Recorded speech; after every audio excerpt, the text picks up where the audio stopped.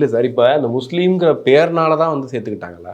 ஏன்னா இப்போ வந்துட்டு இப்போ ரீசெண்டாக தாவேக்கா அப்படின்னும் போது மொத்தமாக பார்க்கும்போது இந்த கட்சி வந்து யாருக்கும் சமரசம் இல்லாதது, இந்த மாதிரி இருக்கக்கூடியது, மதச்சார்பைன்மை அப்படின்ற விஷயத்தெல்லாம் கையில் எடுக்கிறோம் அப்படின்ற போது முஸ்லீம் இந்த மாதிரி கட்சி வந்து சேர்ந்துச்சுன்னா தாவேக்காக்கு ஒரு பெனிஃபிட்டாக இருக்குன்றது. அதாங்க, ஒருத்தர் தொப்பி வச்சிருக்கிறாரு, ஒருத்தர் அல்லது தாடி வச்சிருக்கிறாரு, இஸ்லாமிய பேரில் இருக்கிறாருங்கிறதுக்காக ஒட்டுமொத்த இஸ்லாமியர்களும் அவர் ஆதரிச்சிருவாங்களா? ஆதரிக்க மாட்டாங்கல்ல.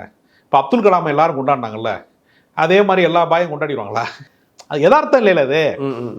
அப்போ ஒருத்தருடைய செயல்பாடு தானே அவரை தீர்மானிக்கும். முஸ்தபாங்கிறவருக்கு பின்னாடி இஸ்லாமிய சமூகம் இருக்கிறதா? தொண்டர்கள் இருக்கிறார்களா? கள செயல்பாட்டாளர் இருக்கிறார்களா? அவர் எத்தனை போராட்டங்களை நடத்தி இருக்கிறார்? எத்தனை இடங்கள்ல வந்து இஸ்லாமிய மக்களுக்காக குரல் கொடுத்திருக்காரு? விஜய்க்கு சாதகமா இல்ல பாதகமா சார் இது?